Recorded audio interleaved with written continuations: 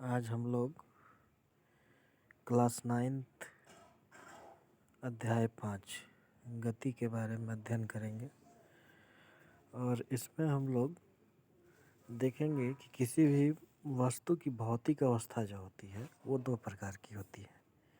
एक तो उसकी विरामावस्था होती है, दूसरी गत्यावस्था होती है। और ये जो है समरी है इसको पहले हम लोग देख लेते हैं कि हम लोग को इसके बारे में पढ़ना क्या क्या है। गति में हम लोग को पढ़ना है भौतिक अवस्था किसी भी वस्तु की, जिसमें विरामावस्था और गति की अवस्था होती है। गति की अवस्था भी दो प्रकार की होती है, एक समान गति और असमान गति। असमान गति दो प्रकार की होती है, एक त्वरित गति होती है, एक मंदित गति होती है। यह एक त्वरण की गति होती है, एक मंदन गति होती है। त्वरण की गति दो प्रकार की होती है, समान त्वरण गति और असमान त्वरण गति। उसी प्रकार से मंदन की गति भी जो होती है समान मंदित गति होती है और असमान मंदित गति होती है। इसके बाद हम लोग गति के समीकरण का अध्ययन करेंगे। तो सबसे पहले हम लोग देखते हैं कि विरामावस्था क्या होती है। किसी भी वस्तु की विरामावस्था क्या होती है, इसको जानने के लिए हम लोग ये देखेंगे कि कोई वस्तु विरामावस्था में तब कहलाएगी जब उसकी स्थिति किसी बिंदु के सापेक्ष न बदल रही हो। ये जो डेफिनेशन दिया हुआ है कि किसी वस्तु की विरामावस्था वह तब कहलाएगी जब कोई वस्तु अपने किसी बिंदु के सापेक्ष कोई परिवर्तन न कर रहा हो। इसका मतलब ये है कि एक निश्चित बिंदु या एक स्थिर बिंदु के सापेक्ष, जैसे एक स्थिर बिंदु हम लें, ये स्थिर बिंदु है ए। अब एक वस्तु इसके सापेक्ष, अगर एक यहाँ पे कोई वस्तु है, यहाँ पे कोई वस्तु एक है, और इस बिंदु के सापेक्ष अगर ये समय के साथ इसमें कोई परिवर्तन नहीं आ रहा है, समय के साथ अगर कोई परिवर्तन नहीं आ रहा है तो हम लोग कहेंगे कि ये वस्तु विरामावस्था में है। अगर बिंदु ए के सापेक्ष किसी वस्तु के स्थिति में परिवर्तन आया, मतलब बिंदु ए से अगर वो बी पे चला गया, तो हम लोग कहेंगे वो गति की अवस्था में है। और गति का अध्ययन जब भी हम लोग करते हैं तो यहाँ पे सापेक्षिक गति का बात आता है कि जब भी कोई गति का अध्ययन किया जाता है तो इसमें हम लोग हमेशा सापेक्षिक गति का अध्ययन करते हैं। एक ही समय में कोई वस्तु किसी वस्तु के सापेक्ष विराम में हो सकती है और उसी समय में वो किसी अन्य वस्तु के सापेक्ष गति की अवस्था में हो सकती है। जैसे उदाहरण के लिए आप ट्रेन में यात्रा कर रहे हैं, आप किसी एक स्टेशन पे ट्रेन में चढ़े और आपके सामने वाले सीट पे एक व्यक्ति बैठा हुआ है। तो आप दोनों ट्रेन में जब साथ साथ चल रहे हैं, आप अपने सीट पे बैठे हुए हैं, वो अपने सीट पे बैठा हुआ है, तो आप दोनों के स्थिति में एक दूसरे के सापेक्ष कोई परिवर्तन नहीं हो रहा है। तो हम लोग ये कह सकते हैं कि आप लोग दोनों एक दूसरे के सापेक्ष विरामावस्था में हैं।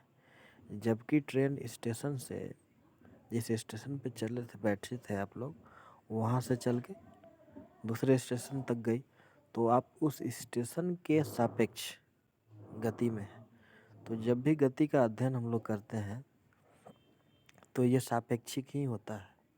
किसी वस्तु के सापेक्ष आपकी गति जो है विरामावस्था में हो सकती है और किसी वस्तु के सापेक्ष उसी समय में आप गति की अवस्था में हो सकते हैं। अब गति का प्रकार जो है हम लोग देखेंगे कि गति कितने प्रकार की होती है। पहली गति होती है वृत्तीय गति या घूर्णी गति बोलते हैं।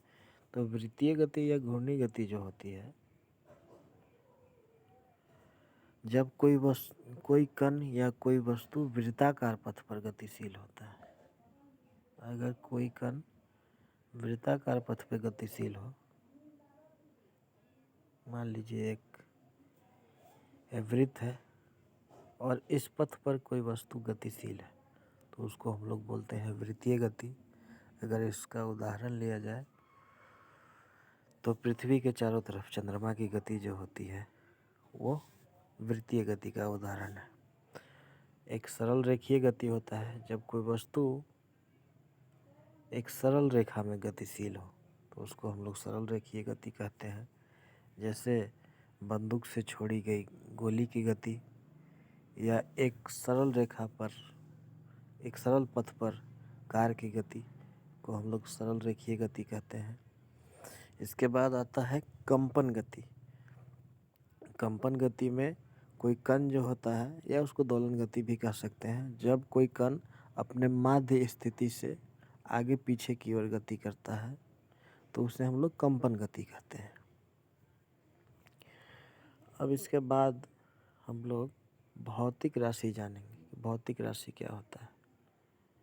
भौतिक राशि वैसी राशियाँ होती हैं जिन्हें मापा या तौला जा सके, उनको हम लोग भौतिक राशि बोलते हैं।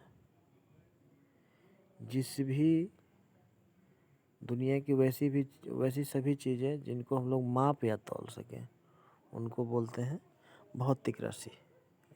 जैसे द्रव्यमान, लंबाई, चाल, दूरी, समय, यह सभी भौतिक राशियाँ कहलाती हैं।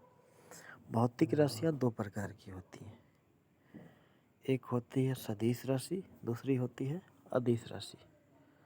तो सदिश राशि क्या होती है और अदिश राशि क्या होती है, इसके बारे में हम लोग देखते हैं। अदिश राशि उस राशि को कहते हैं जिसमें केवल परिमाण होता है। परिमाण क्या है ये भी जानना जरूरी है आपके लिए कि परिमाण कहते किसको है।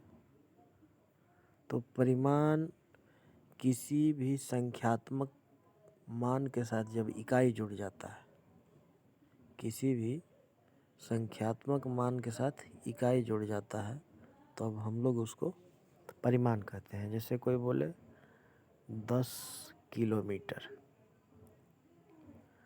तो दूरी मापने की इकाई है किलोमीटर, इसके साथ 10 जो है संख्यात्मक मान है, तो इसको हम लोग बोलते हैं परिमाण। कोई बोले आपसे 5 केजी, तो केजी जो है वो द्रव्यमान को मापने की इकाई है और 5 जो है उसका संख्यात्मक मान है। ये दोनों जब आपस में मिल जाते हैं तो इसको हम लोग बोलते हैं परिमाण।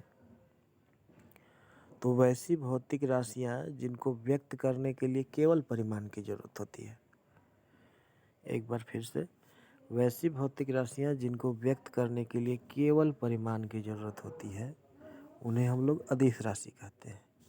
जैसे दूरी, तो दूरी अगर कोई बोल रहा है, तो कोई बोला कि हम 5 किलोमीटर दूर से आए, तो ये उसका परिमाण है, इसमें तो और कुछ है नहीं। कोई बोला कि आज हम 2 घंटा पढ़े, तो 2 घंटा क्या हुआ, समय का परिमाण हुआ। कोई बोला कि 5 केजी आलू लेकर के आए, तो 5 केजी द्रव्यमान का परिमाण हुआ। तो इनको व्यक्त करने के लिए केवल आपको परिमाण की ज़रूरत हो रही है, तो ऐसी राशियों को हम लोग बोलते हैं अदिश राशि। और सदिश राशि वैसी राशियाँ होती हैं जिनको व्यक्त करने के लिए परिमाण और दिशा दोनों की आवश्यकता होती है, उसे बोलते हैं हम लोग सदिश राशि। जैसे बल जब आप लगाते हैं तो बल जिस दिशा में लगाते हैं उस दिशा में कुछ परिवर्तन भी होता है। तो बल जब लगाए तो उसका परिमाण भी है, 5 न्यूटन का बल लगाए, 10 न्यूटन का बल लगाए, 2 न्यूटन का बल लगाए, और बल की दिशा में परिवर्तन हो रहा है। बल जो है जिस दिशा में लगता है उसको प्रभावित करता है। तो बल के साथ परिमाण और दिशा दोनों है, इसलिए बल को हम लोग कौन सी राशि बोलेंगे, सदिश राशि बोलेंगे। बल सदिश राशि है। वेग वेग विस्थापन अभी हम लोग आगे पढ़ेंगे। अभी केवल आप जान लीजिए कि विस्थापन भी कौन सी राशि होती है, सदिश राशि होती है। जो आगे हम लोग जाएंगे पढ़ेंगे तो खुद ब खुद समझ में आ जाएगा कि विस्थापन कैसे सदिश राशि है, वेग कैसे सदिश राशि है। केवल अभी आप यहाँ पे उदाहरण देख लीजिए कि सदिश राशि का उदाहरण आपका बल हो गया, विस्थापन हो गया, वेग हो गया। तो सदिश राशि वैसी राशियाँ होती हैं जिनको व्यक्त करने के लिए आपको परिमाण और दिशा दोनों की आवश्यकता होती है, उसे सदिश राशि कहते हैं। अब इसको हम लोग आगे देखेंगे कि दूरी और विस्थापन क्या होता है। दूरी को समझने के लिए हम लोग एक उदाहरण लेते हैं और यहाँ से समझने का कोशिश करते हैं इसको कि क्या होता है दूरी। आप एक बिंदु ए से चलना प्रारंभ किए, ए से बी पे आए और बी से आप सी पे आए, सी से आप डी पे आए, डी से आप ई पे आए, ई से एफ पे आए। तो आपसे पूछा जाए कि आपने कितना दूरी तय किया, तो आप कैसे बताएंगे कि आपने कितना दूरी तय किया?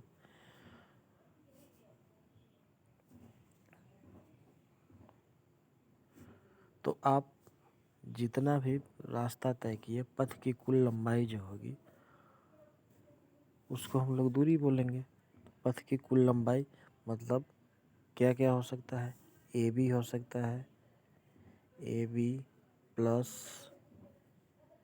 B c plus c d plus e D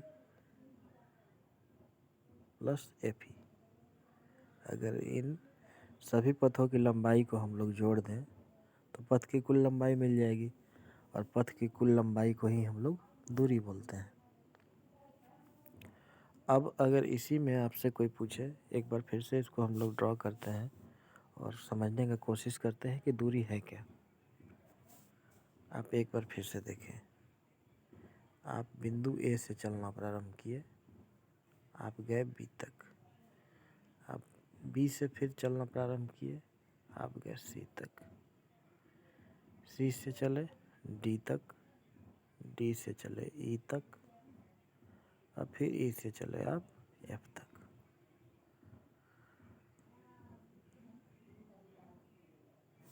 घबराइएगा नहीं और सब कुछ समझ में आपको आएगा।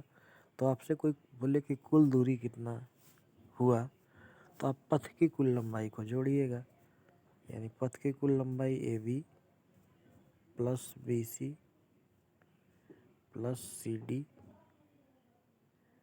Plus e d plus f ई।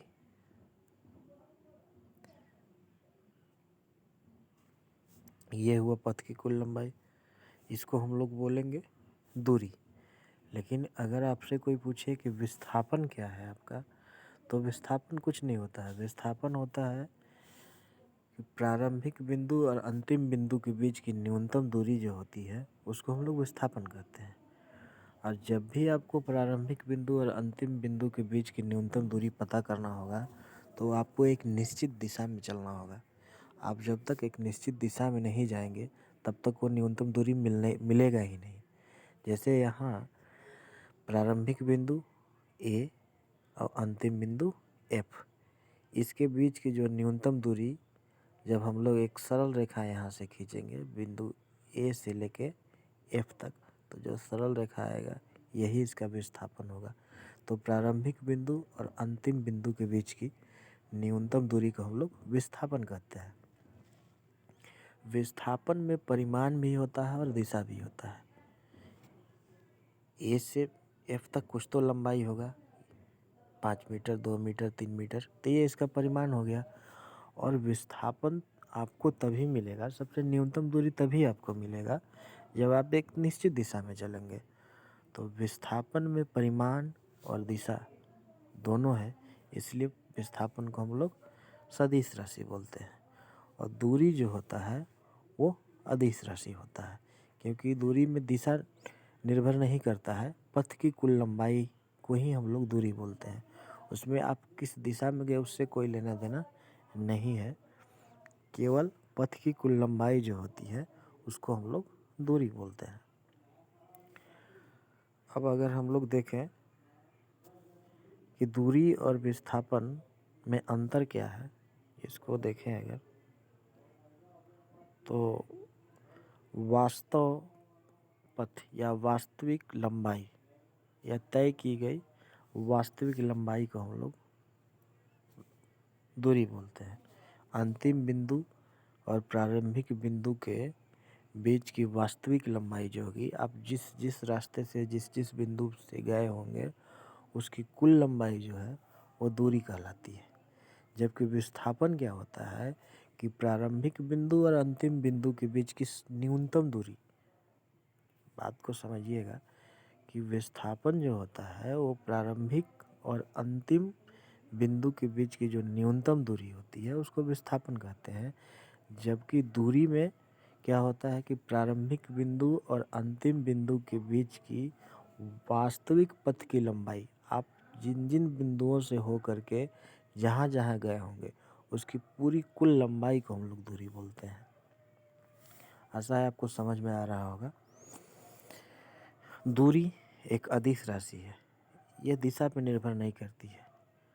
दूरी में केवल परिमाण होता है, आप जिस दिशा में भी जाएं उससे कोई मतलब नहीं है, आप कुल कितना पथ का लंबाई जो है तय किए उसी पे दूरी निर्भर करता है। जबकि विस्थापन क्या होता है, सदिश राशि, इसमें परिमाण तो होता ही है, इसमें परिमाण है कि पथ की न्यूनतम दूरी कितनी है, ये उसका परिमाण हुआ। लेकिन किस दिशा में जाएंगे तो ये न्यूनतम दूरी मिलेगी, तो इसमें ये सदिश राशि है, क्योंकि इसमें परिमाण भी है और दिशा भी है। दूरी हमेशा धनात्मक होती है, दूरी कभी भी ऋणात्मक होती नहीं है। आप ये एक बिंदु है, ये बिंदु है, अब इस बिंदु से आप इस दिशा में चले, इस दिशा में चले, इस दिशा में चले, इस दिशा में चले। मान लीजिए आप इस दिशा में चले 2 किलोमीटर, इसके बाद इस दिशा में चले गए 2 किलोमीटर, फिर लौटे यहाँ इस बिंदु पे लौटे, फिर इस दिशा में चले गए, आप इस दिशा में चले गए, इस दिशा में आप 3 किलोमीटर चले, फिर आप लौटे, फिर इस दिशा में चले गए, मान लीजिए आप 1 किलोमीटर चले, फिर यहाँ लौटे, फिर आप इस दिशा में चले गए, फिर आप मान लीजिए 3 किलोमीटर चले इस दिशा में। तो अगर कुल दूरी पूछा जाए आपसे, कुल दूरी कितना तय की है आप, तो यहाँ से 2 चले, 2 लौटे, यानी 2 और 2 कितना हो गया 4, 3 चले, यहाँ से 3 चले और 3 लौटे, 3 और 3 6,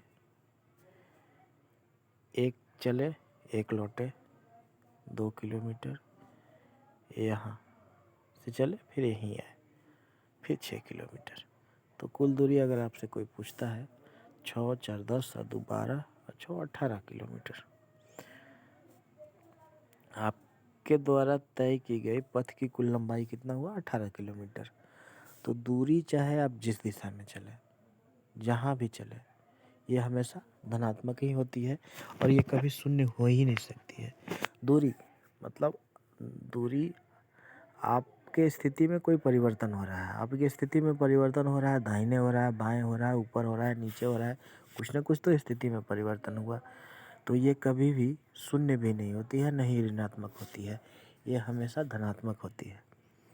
जबकि विस्थापन जो है वो धनात्मक भी हो सकता है, ऋणात्मक भी हो सकता है और शून्य भी हो सकता है।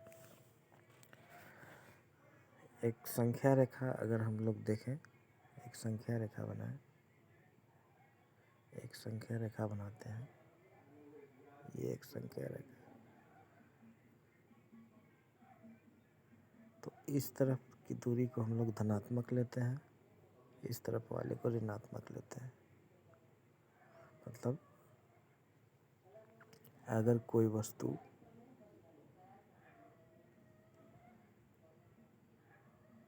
यहाँ से 1 से चलना प्रारंभ करती है और 2 तक चलती है और 2 के बाद फिर -1 तक आती है, यहाँ तक आती है, यहाँ तक। तो अगर विस्थापन पूछा जाए कि इसका विस्थापन कितना होगा, तो विस्थापन कैसे आप पता कीजिएगा। 1 से कहाँ तक आई, 2 तक, फिर 2 से लौट के चली गई -1 तक। अब प्रारंभिक बिंदु 1 था, अंतिम बिंदु कितना है, -1। तो इसका विस्थापन अगर पूछा जाए तो कितना इसका विस्थापन होगा, तो हम लोग विस्थापन इसका -2 हो जाएगा। उसी तरह से अगर कोई वस्तु वृत्ताकार पथ पे गतिशील है और ए बिंदु से चलना प्रारंभ करता है और ए से चलते चलते चलते चलते वापस ए पे ही आ जाता है, तो इसका प्रारंभिक बिंदु भी यही है और अंतिम बिंदु भी यही है। तो प्रारंभिक बिंदु और अंतिम बिंदु के बीच की दूरी अगर देखा जाए तो क्या है, 0 है। प्रारंभिक बिंदु और अंतिम बिंदु के बीच की दूरी 0 है, यानी इस स्थिति में धनात्मक क्या होता है, 0 होता है। तो विस्थापन जो है वो धनात्मक भी हो सकता है, ऋणात्मक भी हो सकता है और 0 भी हो सकता है। ऐसा है, आपको समझ में आ रहा होगा बात। दूरी किसी रेखीय पथ में विस्थापन के बराबर हो सकती है या दूरी विस्थापन के बराबर हो सकती है या विस्थापन से बड़ी हो सकती है। जैसे एक सरल रेखीय पथ पर अगर कोई वस्तु गतिशील है, बिंदु ए से चलना प्रारंभ करती है, बिंदु बी तक पहुंचती है, तो तय की गई कुल दूरी, पथ की कुल लंबाई जो है वो ए बी, और न्यूनतम दूरी, दो बिंदुओं के बीच की न्यूनतम दूरी भी तो वही है, ए से बी। तो इस स्थिति में दूरी जो होता है वो विस्थापन के बराबर होता है। दूरी और विस्थापन आपस में बराबर होते हैं। तो 4th पॉइंट जो है यही है इसमें कि दूरी किसी रेखीय पथ पर, अगर सरल रेखीय पथ पे है, गतिशील है कोई वस्तु, तो विस्थापन और दूरी आपस में बराबर होती है, या इसका मापन विस्थापन के मापन से अधिक भी हो सकता है अगर सरल रेखीय पथ पे नहीं है। तो जैसे मान लीजिए एक वस्तु जो है कुछ ऐसे चल रही है, ऐसे ऐसे ऐसे ऐसे वक्र पथ पे चल रही है। अब ये तय की गई पथ की कुल लंबाई को दूरी बोलेंगे, और सबसे न्यूनतम दूरी, ये जो सबसे न्यूनतम दूरी होगा बिंदु ए से बिंदु बी के बीच, ये होगा इसका विस्थापन। तो इस स्थिति में दूरी जो होगा वो बड़ा हो जाएगा विस्थापन से। तो दूरी विस्थापन के बराबर भी हो सकता है, या दूरी जो है विस्थापन से बराबर भी हो सकता है और विस्थापन से बड़ा भी हो सकता है दूरी।